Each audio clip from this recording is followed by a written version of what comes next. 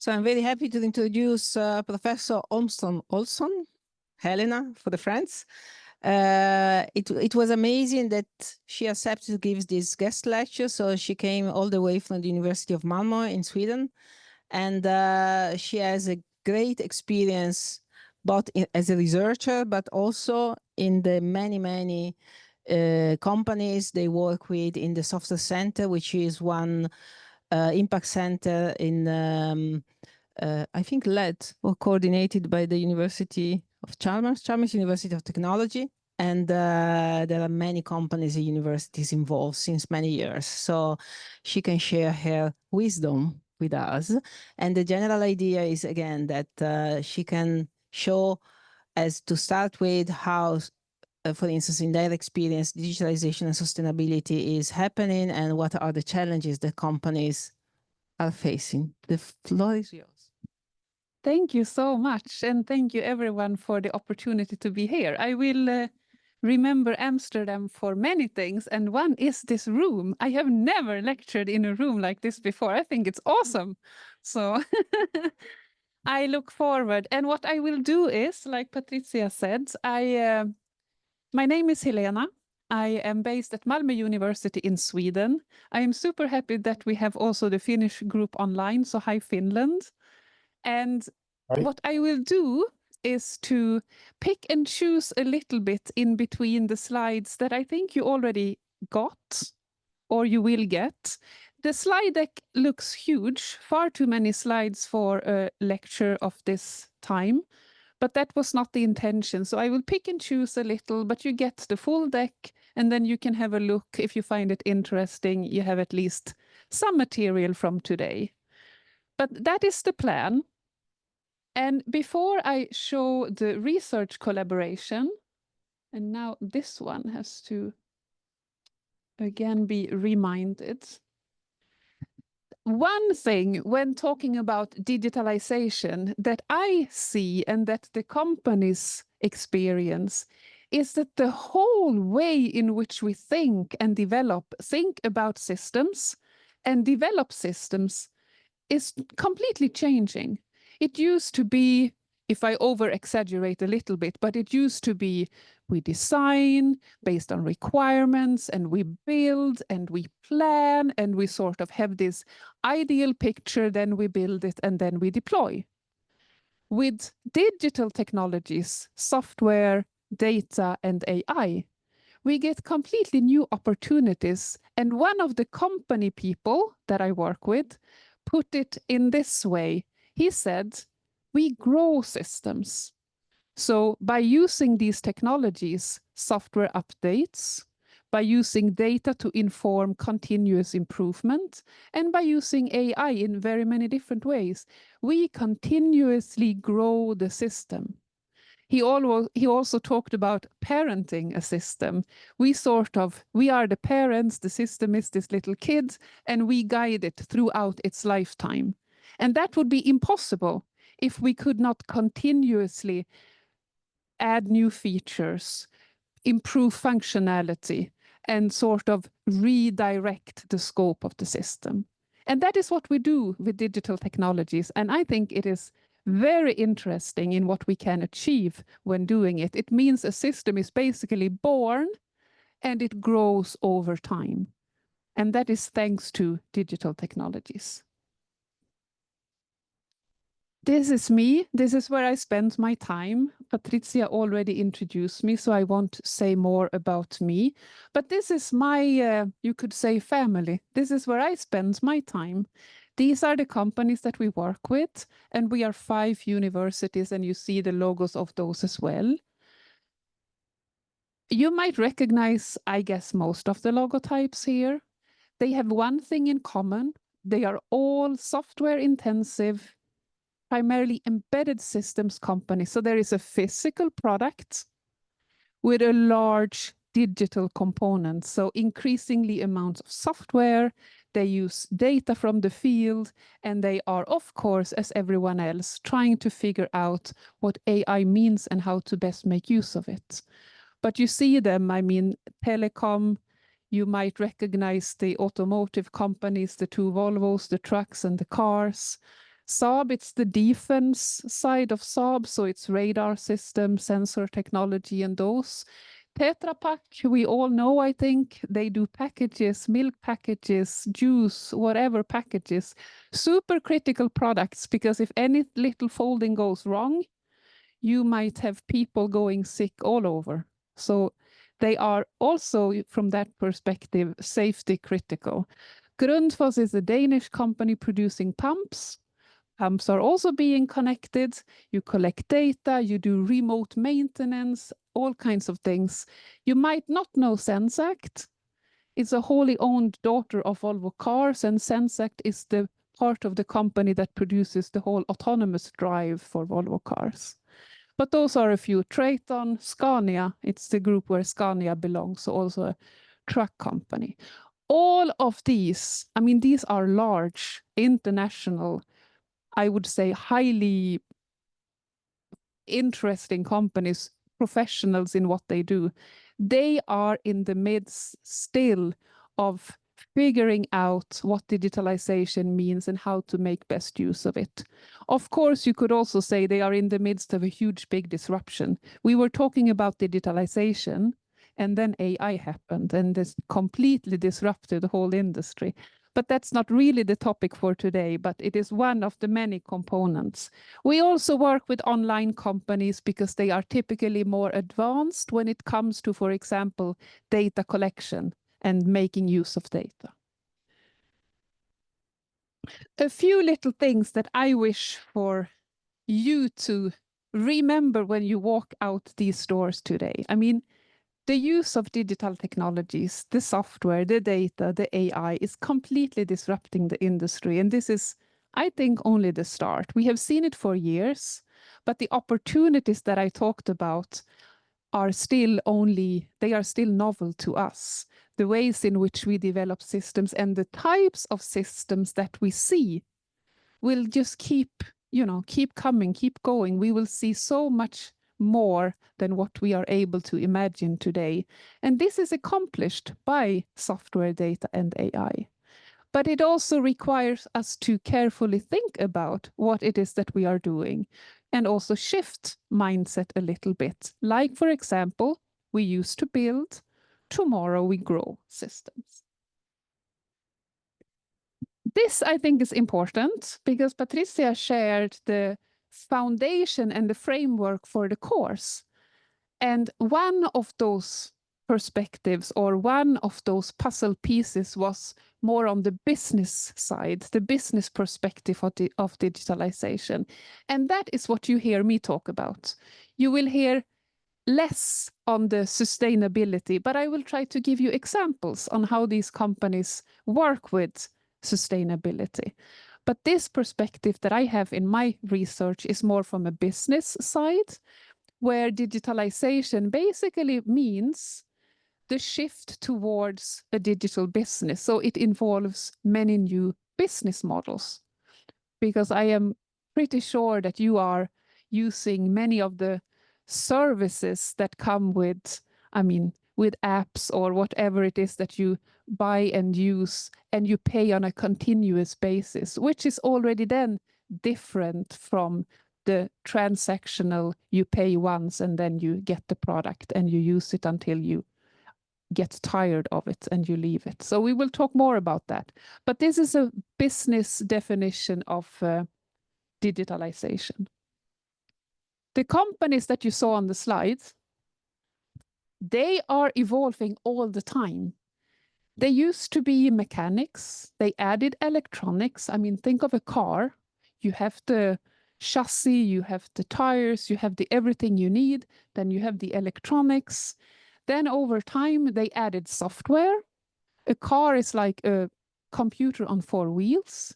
It is so much software in there, but that was new to them. They were not born a software company. So they have their roots in mechanics and electronics. And then we had data, very important. Everyone collects data on everything. I mean, you are aware of this. You get questions all the time if you agree on data being collected, but it is true also for products. So every time the car is driven by someone, it collects a lot of data. Every time a truck is used, they collect data on road conditions, on weather, on, you know, if you go uphill or downhill, all kinds of data. So that is has become also a big business for these companies because they can make use of that data in different ways. And then most recently, as I said, AI. So the evolution of technology is continuous and constant. What I do not know is what it will say here, but maybe you will figure that one out. Someone said, quantum, but I don't know, so I end it here. But of course, there is a next.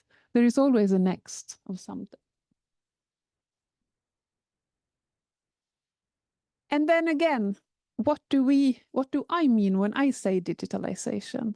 So the people that I do research together with, we have this view on digitalization. As I said, we used to buy a product. Imagine a car. I have a small little Golf that I drive around in. That car gets worse and worse every day I use it. It gets older. And one day I will be so sick and tired of that car, so I will go and buy a next one. It might be a little bit better than the old, but pretty much the same, and then the same pattern. That is how it used to be. I think you recognize it. With digitalization, this is what everyone is looking for. You buy a product. The day you buy the product, it is the best it can be in that point in time.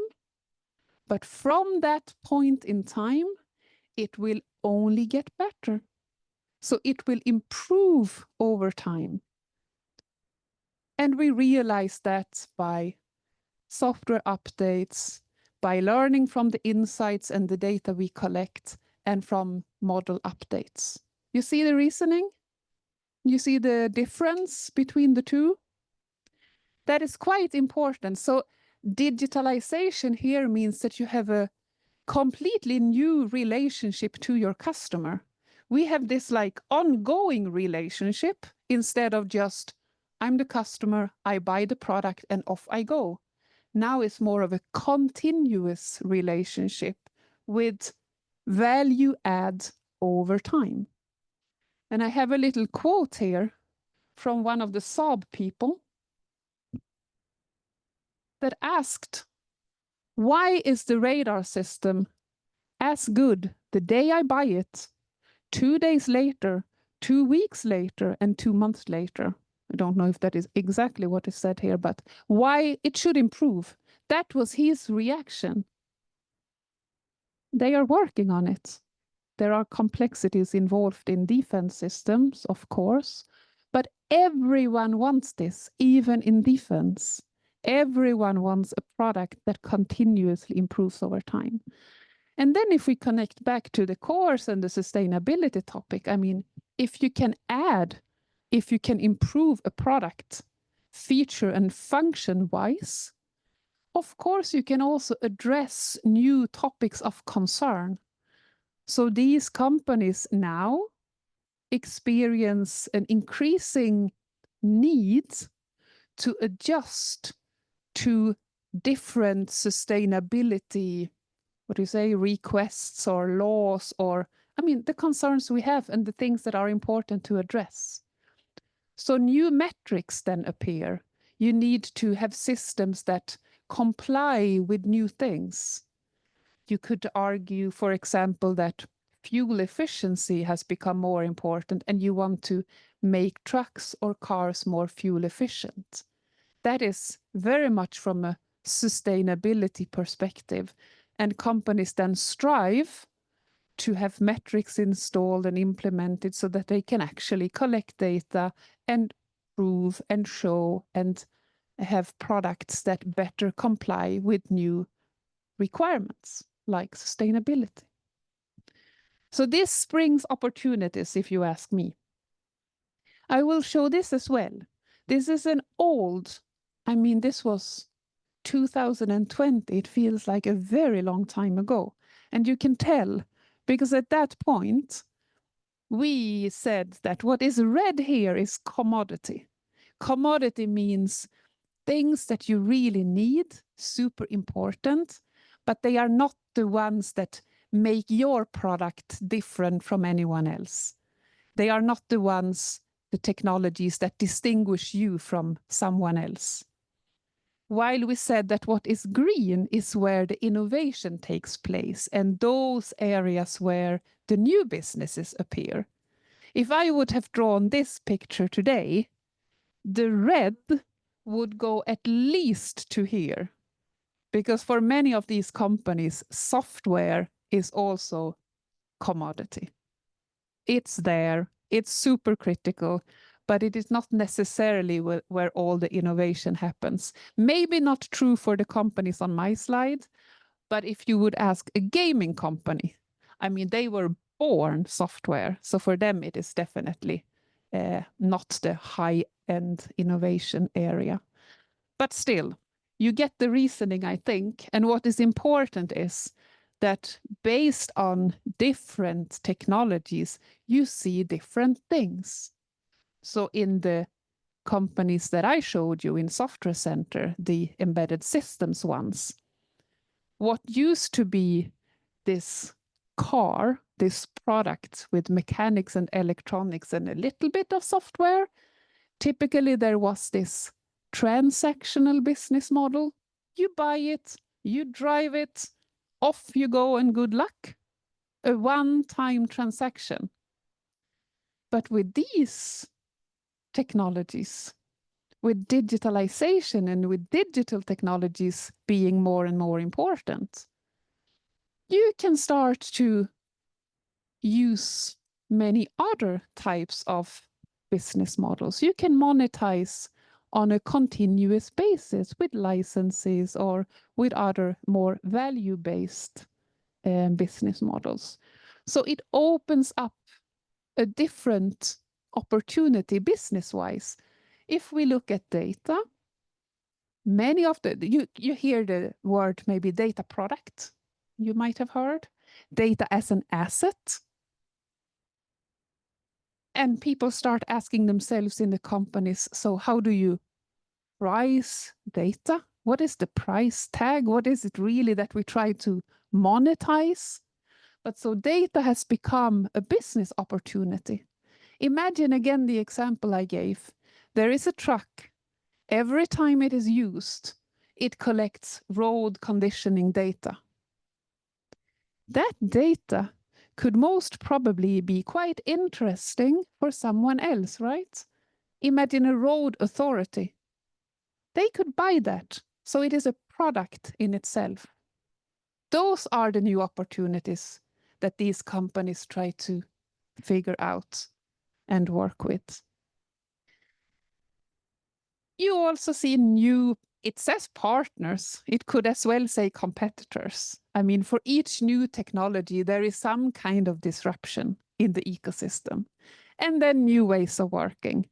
Are you familiar with these terms? A little bit. But typically when talking about software, it's the DevOps, so development operations. We won't go into it, but with each new technology, there is something happening to the typical ways of working in a company. And that is quite an effort for them to address. Lots of pictures, lots of models, but this holds a little bit better than the previous one, even if this is also a few years now since it was published, 2021. This is a model that we published in which we tried to describe the transformation that we see these companies experience. So if you look at the stairway in the middle, that's where everyone started. Product sales. You sold a Volvo car, a Volvo truck, a Scania truck, a radar system, whatever product. You had some little service revenue, but very little. It was product sales. And then over time, and with increasing digital technologies being used, you see how this model shifts. You could have the product as a service. So all of a sudden you could have a car pool where you could rent or buy a car for a limited period of time, or you didn't have to really own it in the same way, but rather have it as a service. Then here is where I think most companies are still today. You see an increasing amount of services around the product. This is what the Saab person meant. He wanted something that made his radar system better over time. You could also say this fuel efficiency example that I gave. The tricky one with that one is many times there are these things that companies can easily do, like a truck company can easily develop the product, the truck, to be more fuel efficient. That is easy for them.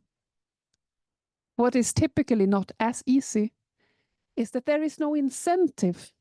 There is no business model that supports that development. So even if they make a more fuel efficient truck, they do not gain anything. There is no reward for them.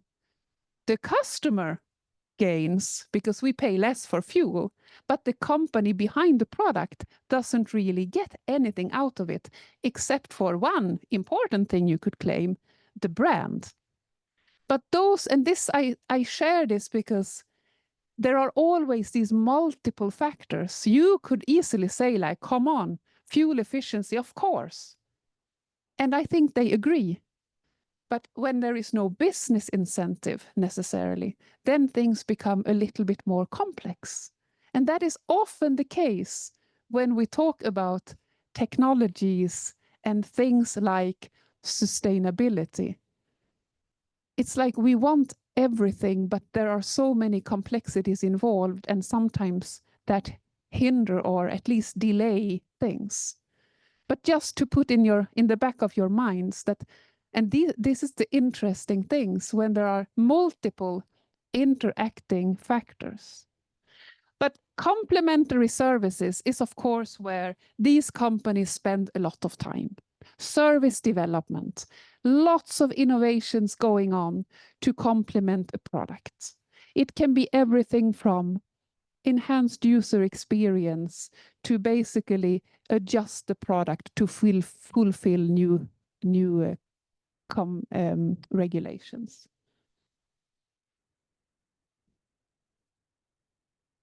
This is another transition that we see. More and more companies are adjusting their own monetization models on how well the customer is doing. So again, I use the truck example.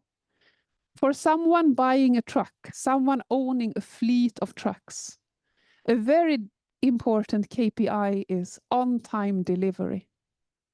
So the truck development company in this case monetizes based on how many on-time deliveries did we fulfill in our fleet. So you align with what is important for your customer. And then at the end is what I said, a multi-sided ecosystem model is where you have the data, you collect the data from one customer base, but you can sell it to someone else. In Gothenburg, close to Malmo, or at least not too far away, we have a big Ericsson site, telecom. They have sensors everywhere in that city.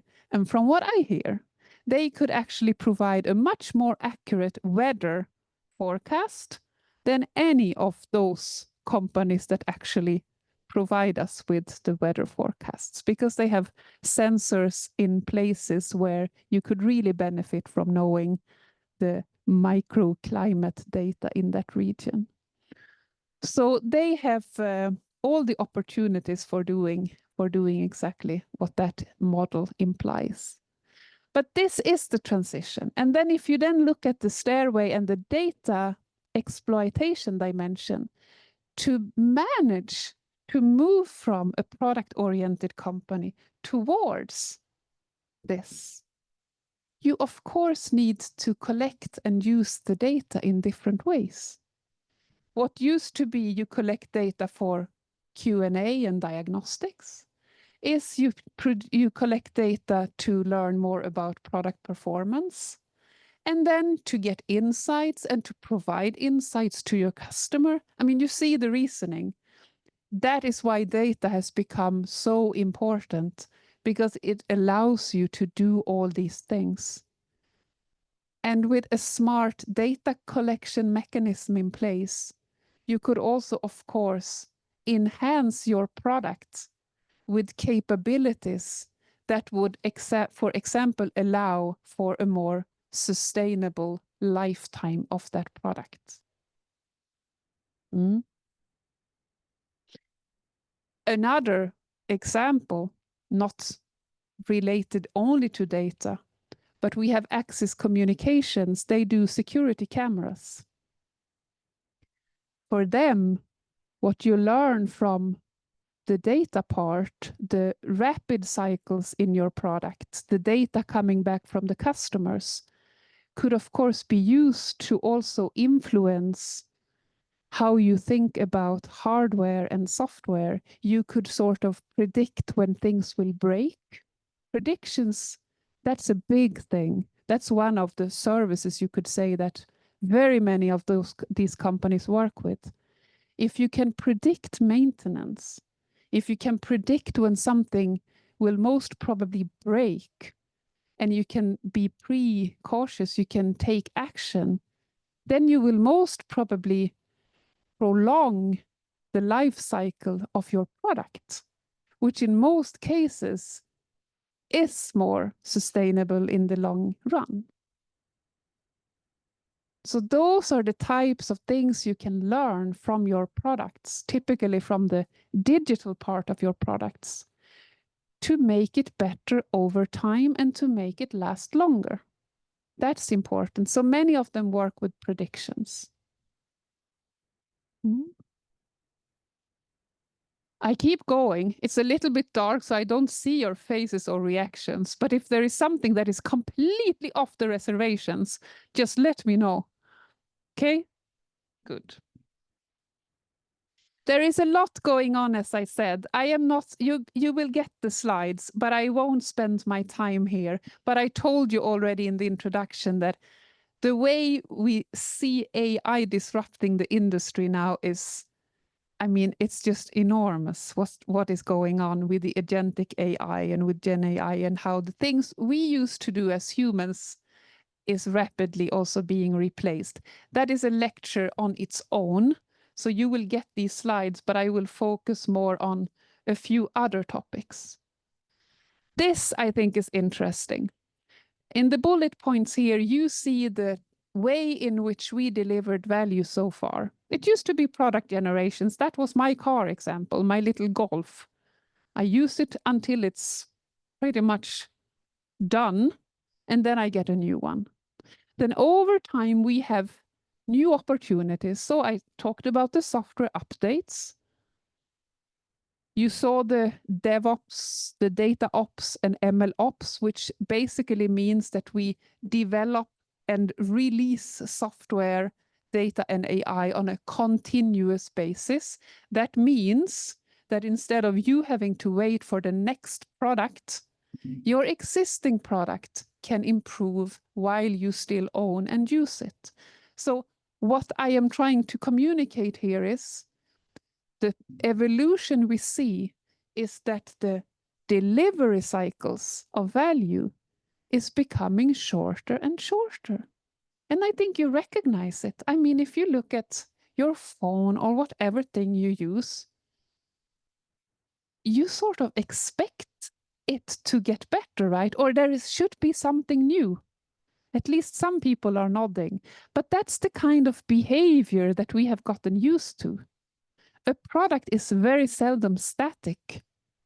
It is dynamic because there is something new waiting for you without you having even asked for it. And that is the thinking with continuous value delivery.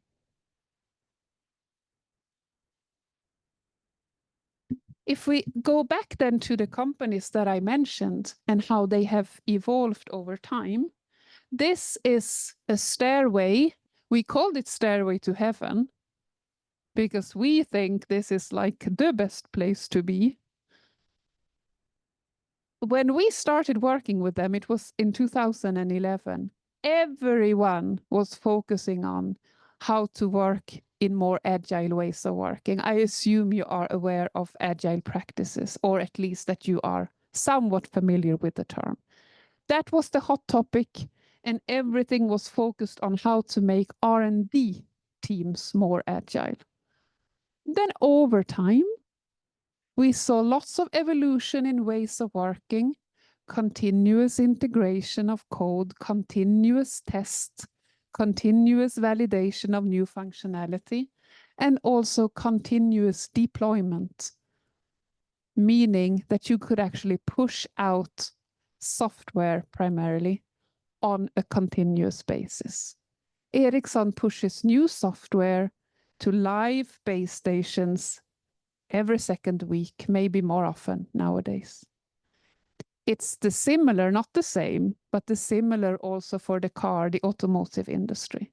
Maybe not as frequent, but it is continuous. Everyone has shortened development cycles. And if you then go to defense, that used to have years and years long development cycles, they have dramatically shortened those. Yes. Because the impact of the new version of the software would be also less impactful, I would say. I'm asking, like, what is the business asset in this? You raise a really important.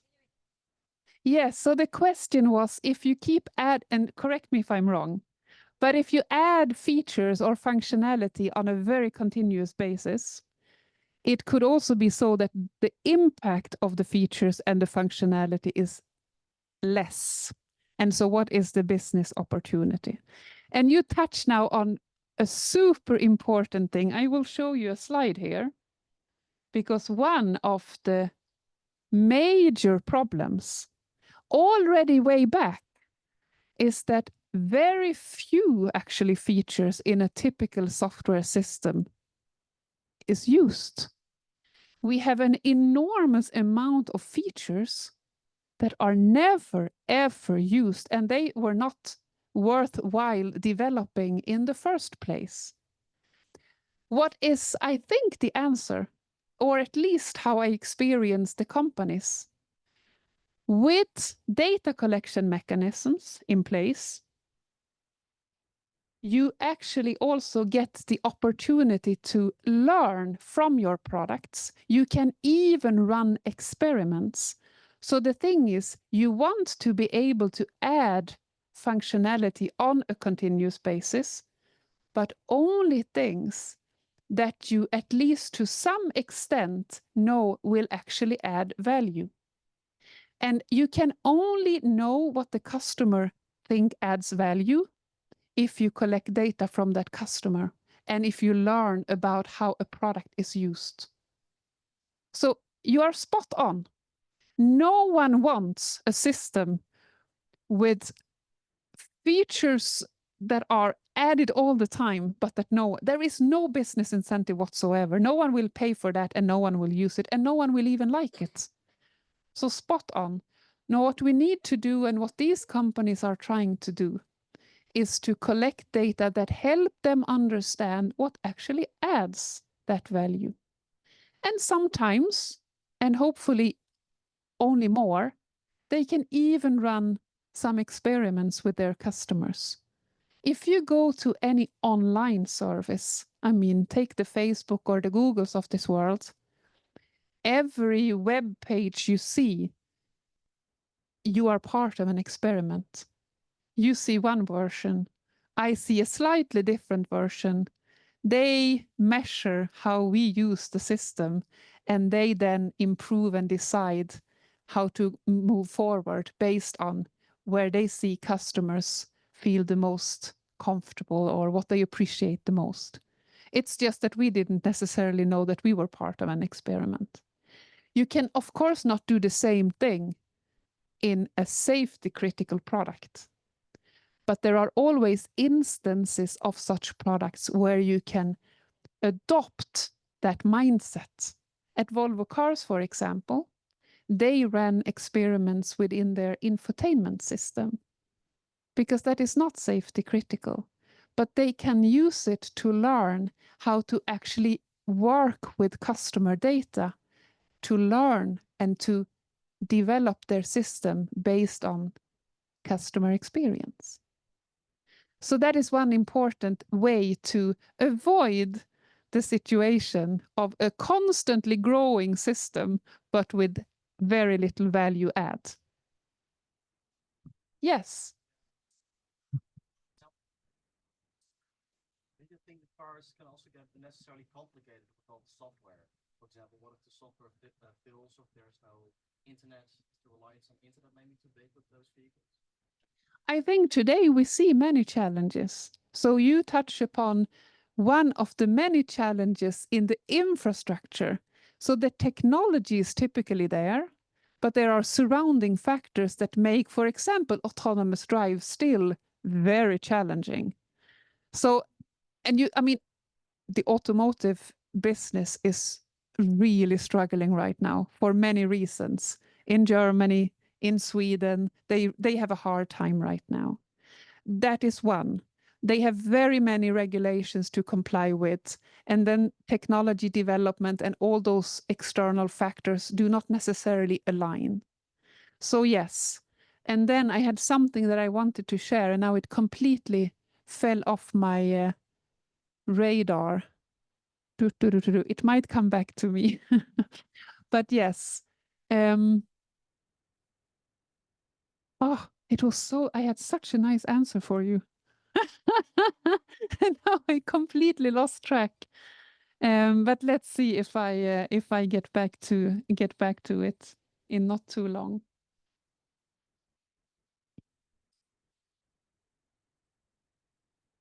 I'm gonna pull out a quote here because Patricia said I will show a few of the challenges, and before talking about them, you had a question. Mm? So maybe is the data already? Do people like having software buttons, or not? Because I think that it's a bit of a divide right now. People driving cars like the hardware buttons that make all their settings, or people like just a big screen. Yes. And actually,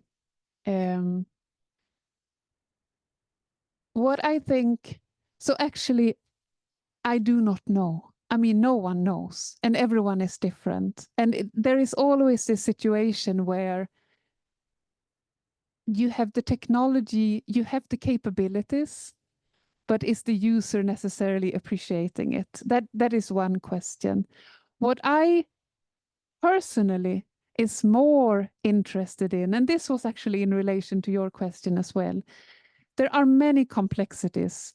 And there are many of those challenges. What will people like and what should it be? And the button here or there and, all kinds of things. What I think is important to maybe remember and focus on is the technologies can make the product hopefully safer in the future. I would wish for a situation where in talking about cars, where we see fewer accidents. That would be my main concern. If I look at the telecom industry, we had a PhD student who worked with Ericsson on optimizing. So he wrote an algorithm that could optimize a drone. The drone had he was basically carrying the internet connection. He was this little base station that could fly out to parts of the world that are very difficult to get to, so that, for example, rescue workers could do their job if someone had gotten hurt. So, I mean, that's a bigger, you could make it more safe, or you could even save lives. Those are the opportunities. And it's difficult to get there. And on the way, we will see all of those challenges, and we will definitely see all of the user challenges because we are all individuals. But I think the vision and the mission of these companies, they extend so far beyond the product and the looks of the products. It is something that can increase well-being or increase sustainability or increase safety or save lives. That's what I try to also remind myself of when I work with these challenges. Because if you get stuck here and now, you will also lose out on those opportunities. Of course, you have to balance both. But just also to remind you a little bit, I mean, there is endless opportunities if we just do this and do it right, but we have to learn. No one of these companies have figured everything out, far from it.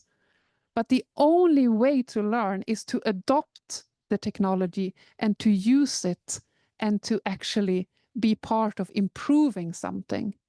And then we will meet all challenges we can imagine on that way. But that's why we are here, you know, researchers, students, and everyone involved in trying to solve these challenges. I will show you a few more slides and then we stop because time runs really fast when having fun. At least I think this is fun. I hope you agree. But if you see, and I won't read them out, but these are a few quotes that illustrate some of the challenges. Like, read this one. 30% of our time is spent on getting access to the data we need. After this, another 15 to 30 of the time is spent on cleaning up the data so that we can actually use it. I mean, these are internal challenges that companies experience. So it isn't easy. Just because we have data coming back from the fields and AI models everywhere that people think can do everything, it isn't easy. So they struggle with this every day. But that's why we do research with them, and that's why everyone wants to improve.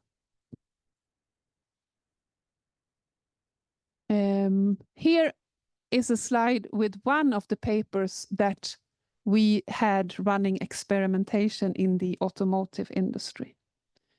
I'm going to jump to this one. Let's start here. Everyone talks about AI, and actually in practice we see so far limited use. What the experience is in the companies we work with is that AI is primarily still used on an individual level, people playing around with it to do more of what they already do or do what they do faster. There is this whole evolution where you could really benefit from AI, automate processes, connect previously separate processes, and even redefine ways of working. You will get the slide so you can see all of these different evolution stairways that we developed based on experiences in the companies.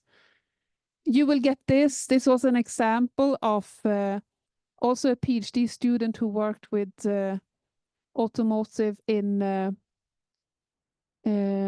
steering wheel adjustment using federated learning. This was the example that I mentioned on this little flying base station that could help rescue workers. And so those I think are nice examples.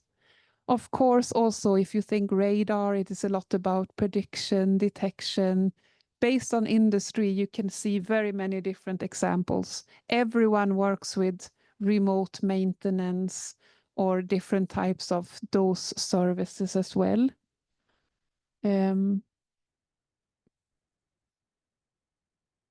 But to not keep you here any longer, I hope you got a little bit of a flavor for how some things are developing in this industry. I feel 45 minutes just fly away.